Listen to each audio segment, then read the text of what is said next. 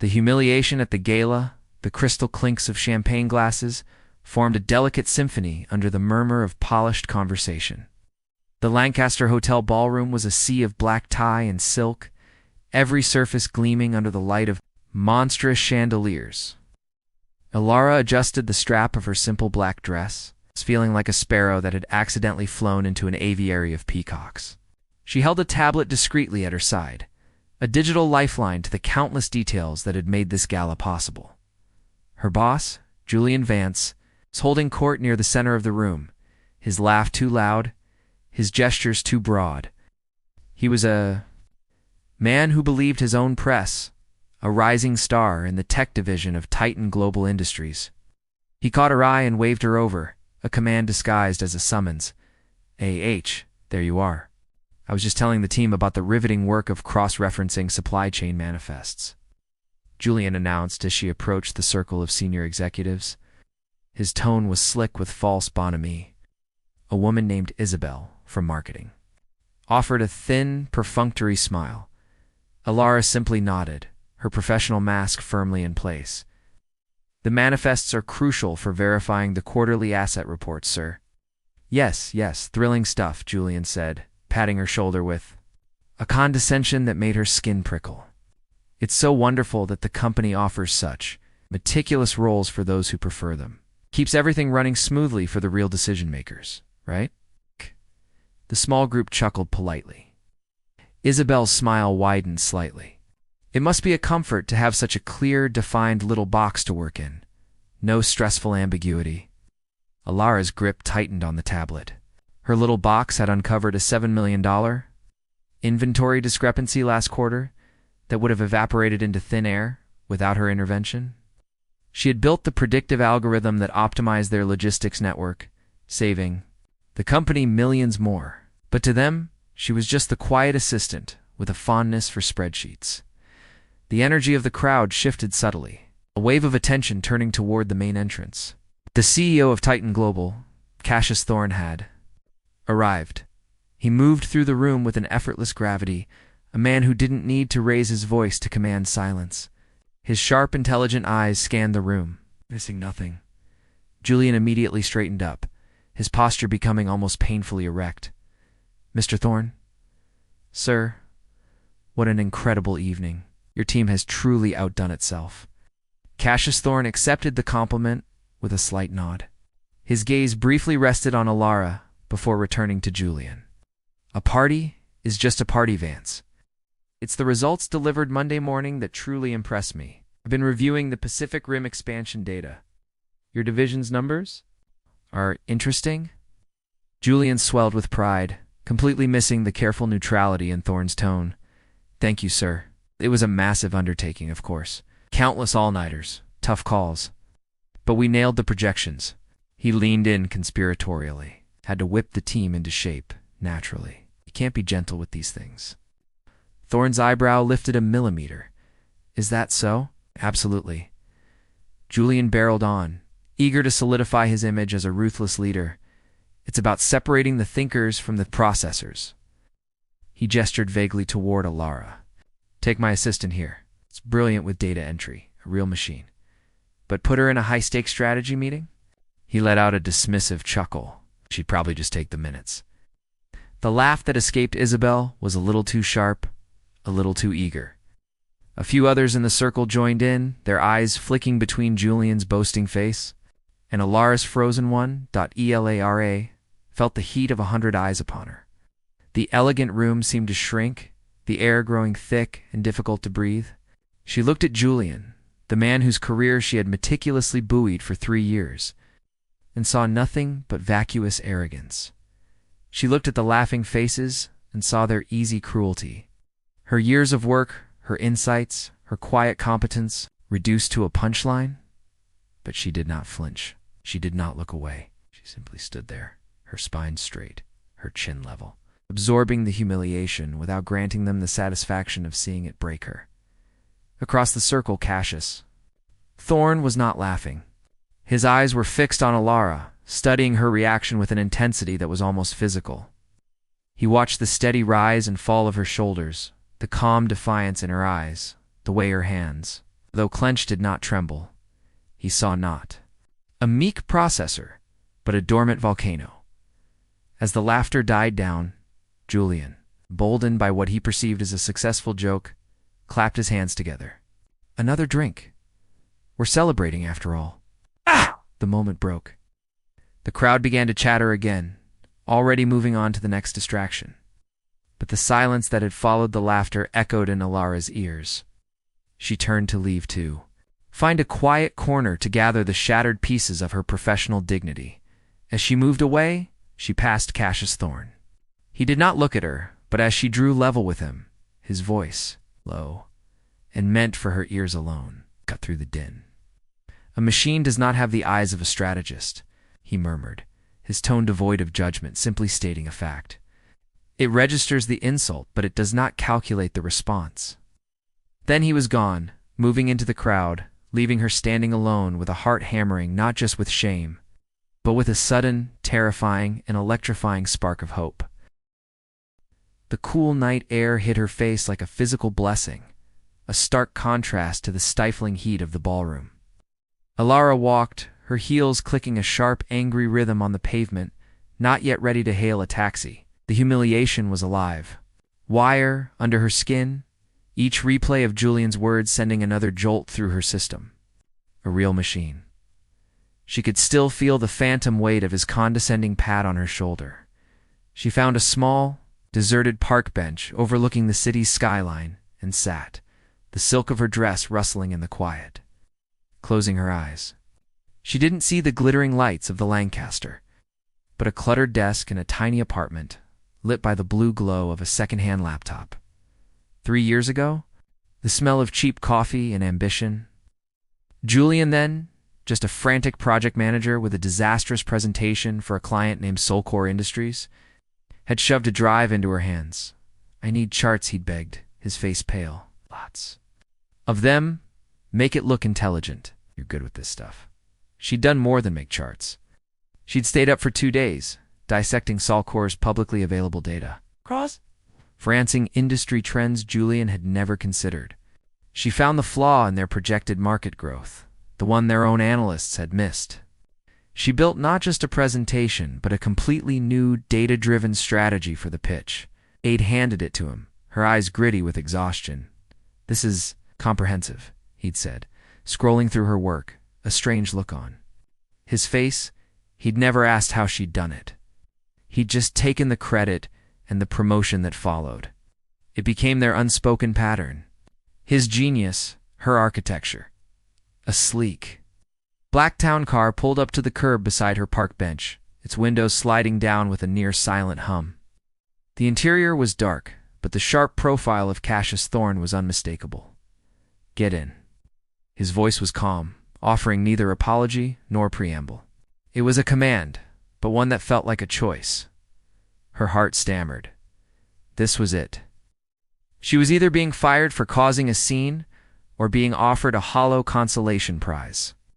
She considered refusing, walking away into the night. Now, but the memory of his words, it does not calculate the response, stopped her. She needed to know what he'd meant.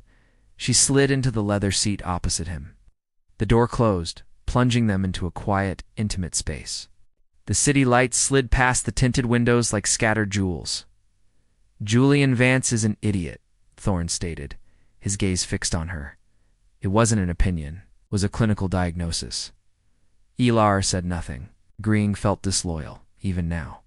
Defending him felt like a betrayal of herself. The Soulcore presentation. The logistics algorithm that cut 12% from our operational costs. The risk assessment for the Pacific Rim expansion that he presented as his own last month. Thorne listed each item off on his fingers. His voice was quiet, but each word landed with the weight of a verdict. The writing, the analytical style, the sheer depth of insight. It's completely different from his usual bluster. It has a different signature. Yours. Her breath caught in her throat. He knew. He had known all along. How was all she could manage to whisper. Because. I read the reports, Ms. Alara. I don't just skim the executive summaries. I look for the foundations. And for 3 years, I've been watching a brilliant invisible architect build a monument to mediocrity and let him stand in front of it. The car moved smoothly through the streets. He wasn't taking her home. Julian believes his own narrative. He thinks he's a visionary who employs a talented scribe. He has no concept of the mind required to do what you do.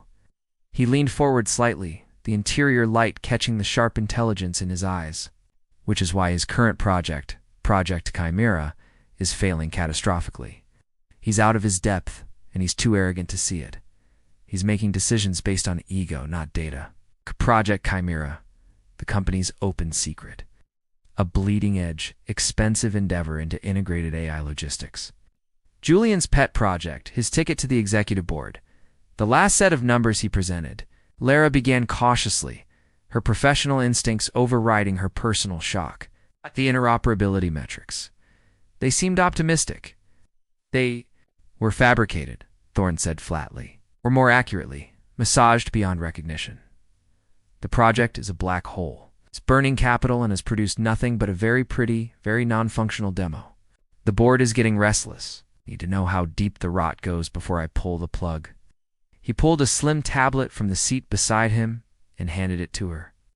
It was unlocked, displaying a complex dashboard of financials, code repositories, and project timelines, the full, unfiltered truth of Project Chimera.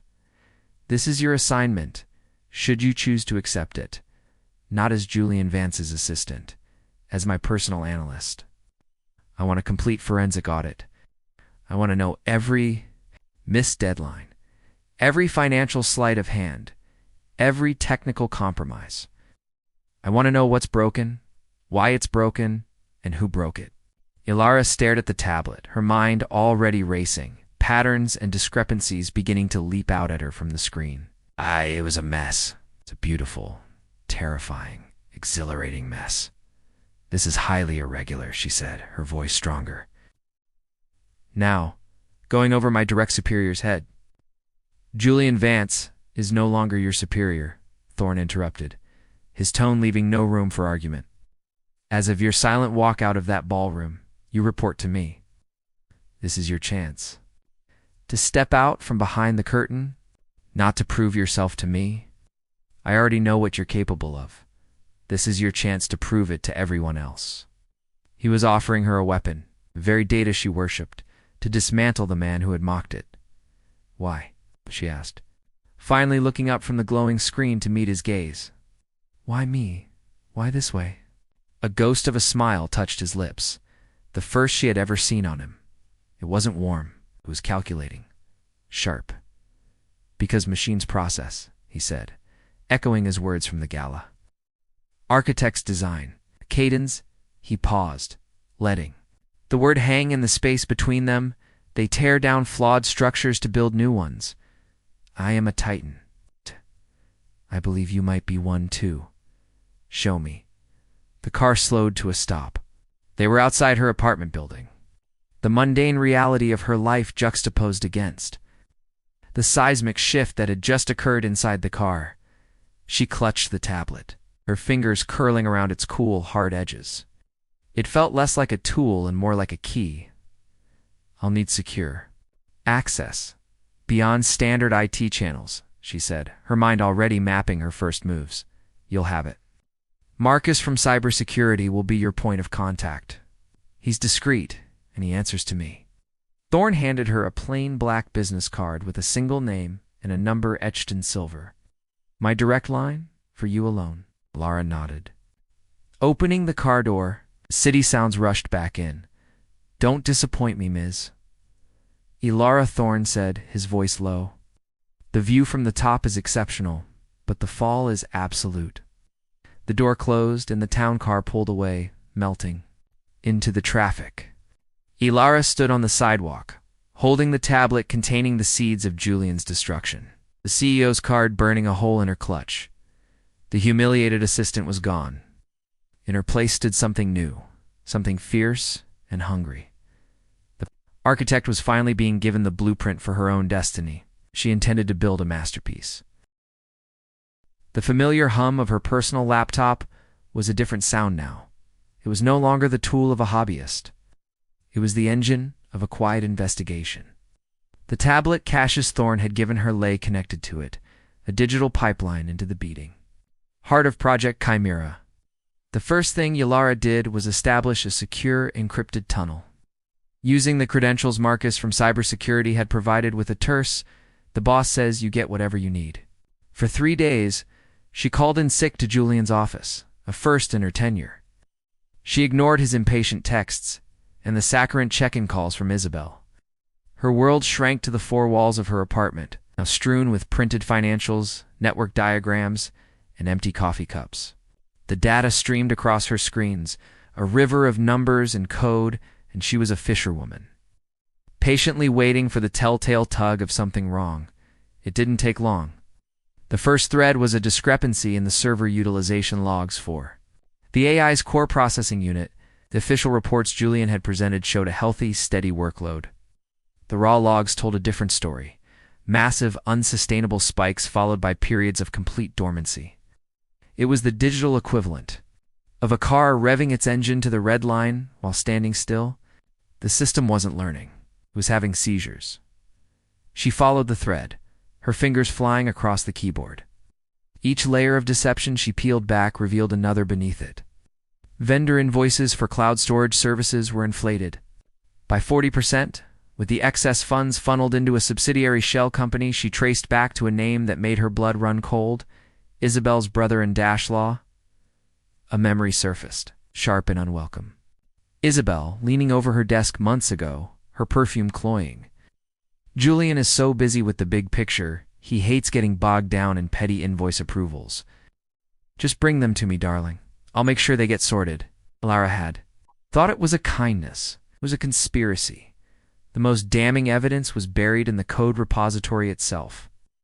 Julian had insisted on using a cutting-edge proprietary neural network architecture. The project's lead engineer had repeatedly flagged critical stability issues. His emails, which had never made it to any official report, were desperate. Julian, this is a foundational flaw. The model cannot generalize. It's memorizing, not learning. We go to demo with this, it will collapse under the first complex query. Julian's responses were a masterclass in arrogant dismissal. You're thinking like an engineer, not a visionary. Optimize. Work around it. The board doesn't want to hear about problems. They want to see solutions. Alara's stomach churned. It was worse than incompetence. It was a deliberate, systemic fraud built on a foundation of willful ignorance and financial malfeasance. Julian wasn't just failing. He was burning the entire project to the ground to keep himself warm as she compiled her evidence. A separate, more immediate problem emerged. Her absence was making them nervous. Marcus sent a cryptic message. Your access logs are being queried by user I_Valence. That's Isabel. She's poking around. Be careful. The next day, a courier delivered a lavish get-well basket to her apartment from Isabel. Nestled among the imported fruits and expensive teas was a subtle probe. We all miss you at the office. Julian was wondering if you could send over those old server migration files from the queue to backup. One's on your personal drive? He needs them for an audit. It was a trap. There were no such files on her personal drive. They were testing her, seeing if she was really sick or if she was somewhere she shouldn't be, doing something she shouldn't be doing. A new alert flashed on her screen. It's an unauthorized access attempt on her work email account. The IP address was masked, but the digital fingerprint was clumsy. Isabel again, getting bold. Ela leaned back in her chair, the adrenaline a cold rush in her veins. The hunter had become the hunted. They were circling, suspicious, but not yet certain. She looked at the damning evidence arrayed across her screens, the fraudulent invoices, the desperate engineer's emails, the logs that proved the AI was a facade. She had the power to end it all with a single encrypted email to Cassius Thorne, but something stopped her. This was no longer just about exposing Julian. It was about survival. If she showed her hand now, Isabel and Julian would have just enough time to cover their tracks, to spin a story where she was the disgruntled, unstable employee lashing out. She needed irrefutable public proof. She needed to let them hang. themselves with just enough rope. She made a decision. She would go back. Monday morning, she walked into the office, looking pale and slightly wan. The picture of someone recovering from a nasty flu. The air in the open-plan space grew still for a fraction of a second before the usual hum resumed. Isabel was at her desk in a flash, a portrait of concern. "Elara, you're back." "We were so worried." Her eyes, however, were sharp and searching, scanning Elara's face for any sign of deception. "Just a bad virus," Elara said, her voice purposefully weak. "Still feeling a bit fuzzy, but I didn't want to fall too far behind." Julian emerged from his glass-walled office, his expression a mixture of irritation and relief. "Finally, I've been drowning. I need the finalized slides for the Chimera demo review next week. And Isabel needs you to help reconcile some vendor payments. There seem to be some discrepancies." The audacity of it stole her breath. He was asking her to help cover up the very crime she was documenting. "Of course," she said, lowering her gaze. "I'll get right on it." She sat at her desk, a soldier behind enemy lines. She could feel Isabel's eyes on her throughout the day, watching her every move. Every file she opened, every email she sent, was being monitored. She played her part perfectly, the diligent, slightly slow recovering assistant, asking unnecessary questions about the very invoices she had already proven were fraudulent.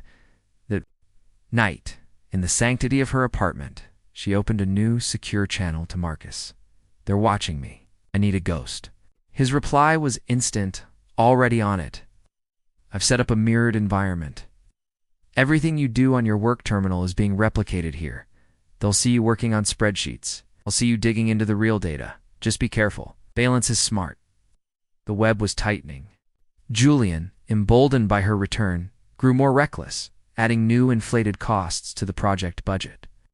Isabel grew more vigilant, her digital presence a constant shadow. And Elara, sitting between them, continued her work, her fingers dancing across the keyboard, weaving the threads of their deceit into a noose. She was no longer just an architect or an analyst. She was a spider, sitting at the center of her web, feeling every vibration, waiting for the perfect moment to strike. The demo review was in 6 days. That would be her stage. The air in the Tier 3 conference room was charged with a low, expectant hum. It was the sound of money and power waiting to be impressed. The long mahogany table was flanked by Titan Global's board members and division heads, their expressions a spectrum of polished neutrality. At the head of the table, Cassius Thorne sat immobile, a king observing the opening moves of a chess match he already knew the outcome. Of Julian Vance stood before the massive presentation screen, a picture of tailored confidence. His smile was too wide, his gestures too rehearsed. He was in his element, the showman about to unveil his masterpiece. Isabel hovered near the door, her smile tight, her eyes constantly scanning the room, lingering a beat too long on Elara, who sat quietly in a corner, own tablet resting on her knees. "Ladies and gentlemen," Julian began, his voice booming with false modesty, "what you are about to see will redefine the future of global logistics. Project Chimera is not just an incremental improvement. It is a paradigm shift." He clicked the remote. The screen lit up with sleek animations and dizzying data visualizations. He spoke of neural networks, predictive algorithms, and market disruption. He painted a picture of such seamless efficiency that it bordered on magic. The board members leaned forward, intrigued. The promised ROI was astronomical. Lara watched, her face a calm mask. She saw the stolen concepts, the repackaged ideas from the engineer's early memos, the grandiose claims built on the quicksand of the data she had unearthed. Julian moved to the live demo, the centerpiece of his presentation. "And now, the moment of truth. Chimera, please analyze the current shipping bottlenecks in the South China Sea and propose 3 optimized routing solutions." The screen flickered, the custom-built interface springing to life. For a glorious, breathless second, it worked. Data streams flowed, maps lit up. The first error message popped up. A small, innocuous syntax error. Then another. The interface stuttered. The AI's response, when it finally came, was nonsensical. suggesting routes through landmasses and calculating transit times in negative digits. A nervous titter ran through the room. Julian's smile didn't falter, but a vein in his temple began to pulse. Minor calibration issue, he chuckled, clicking frantically. The system is so advanced, it's still learning our sense of humor. He tried another query. Another failure. The screen froze entirely, then went blue before rebooting into a command prompt interface, raw. Unfiltered error codes scrolling in a devastating confession of incompetence. The room fell silent. Promised paradigm shift had crashed into a digital brick wall. The board members exchanged grim looks. The air grew cold. Julian was sweating now, his confidence evaporating. I don't understand. It was working perfectly in testing. It was then that Cassius Thorne spoke, his voice quiet, yet slicing through the tension like a scalpel. Perhaps we should review the testing protocols, Vance. While we're at it, the financials, the procurement records, the vendor selection process? Julian paled.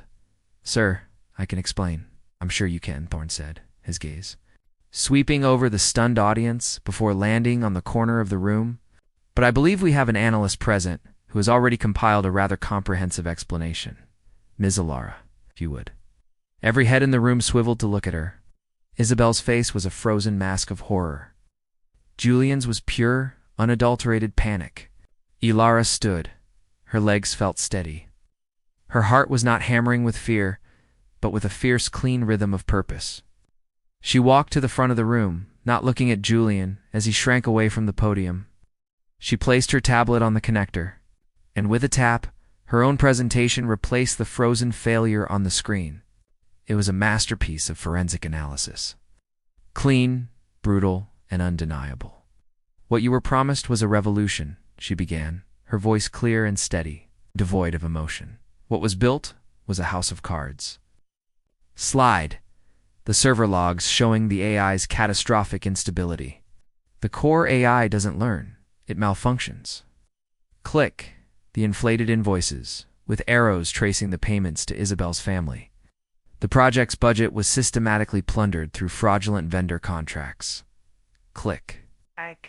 Desperate emails from the lead engineer juxtaposed with Julian's dismissive replies.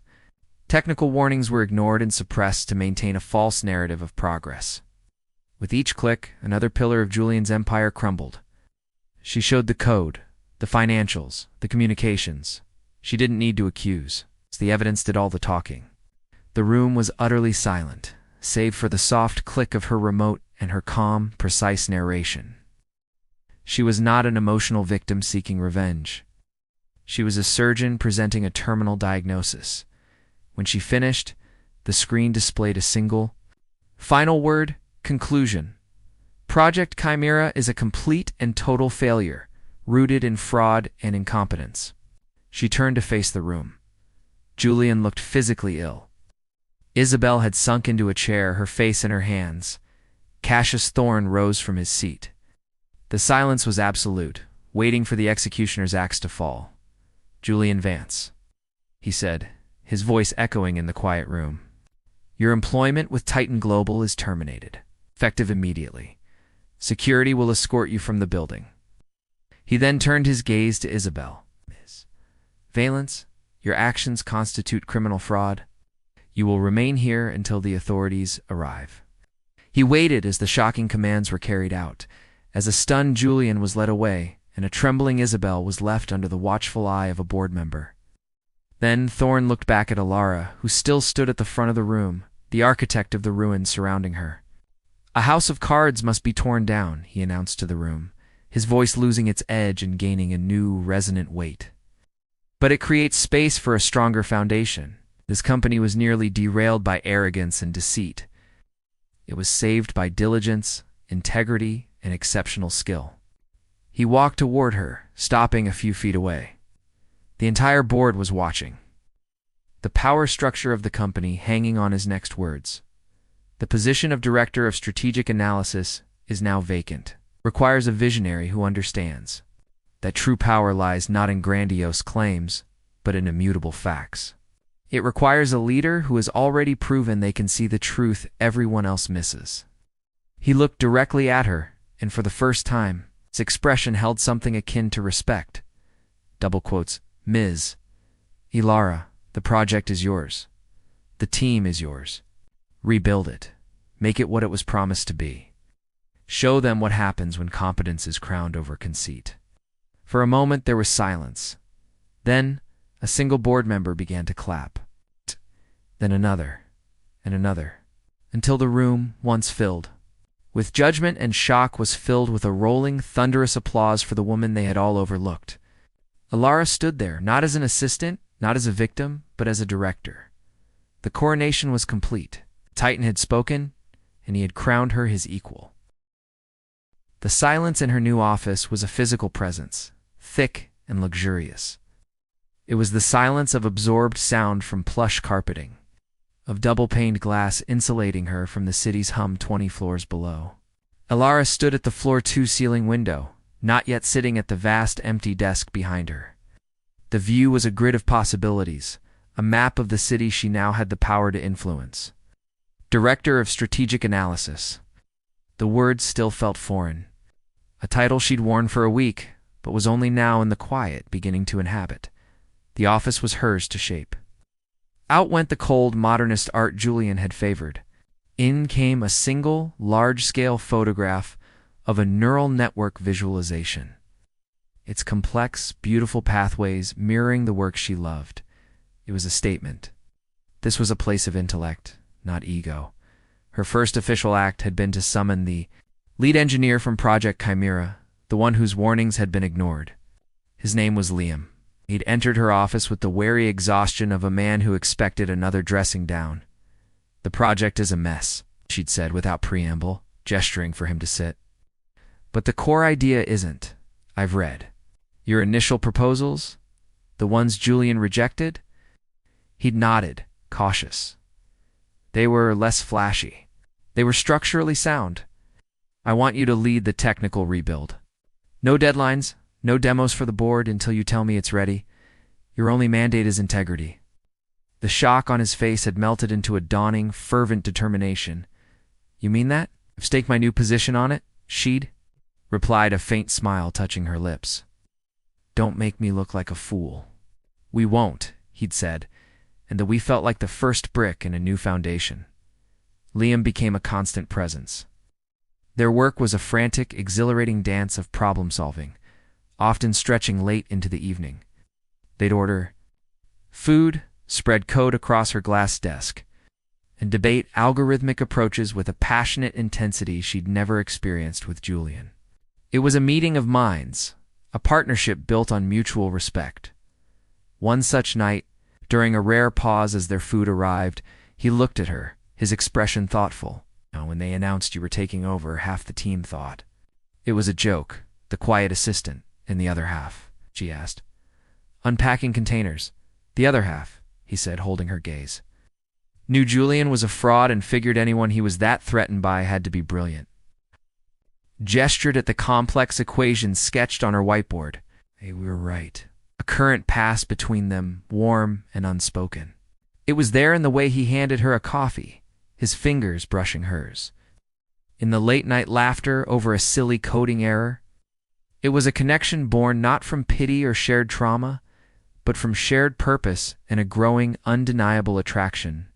Weeks later, after a major breakthrough on the data normalization issue that had plagued them for days, the celebration was a bottle of cheap champagne in her office, just the two of them. The city lights twinkled below, their victory private and sweet. To building something real, Liam said, clinking his plastic cup against hers. To building something real, she echoed. Their eyes met over the rims of their cups. The professional. Camaraderie shimmered and shifted, deepening into something more intimate. He reached out, his hand gently cupping her cheek, his thumb stroking her skin. The touch was electric, a silent question.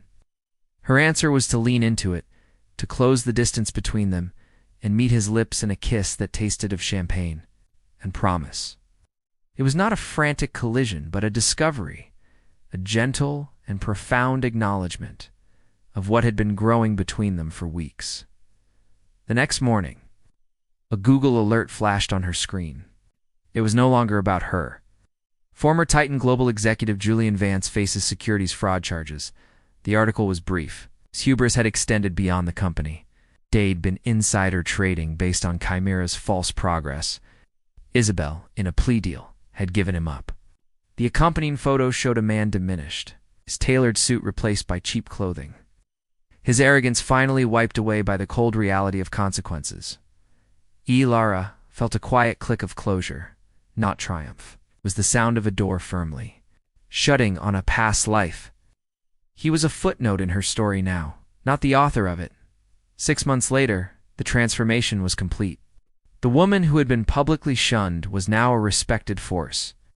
Her analyses were sought after, her leadership style firm, fair, and fiercely intelligent had rebuilt her department into a powerhouse of innovation.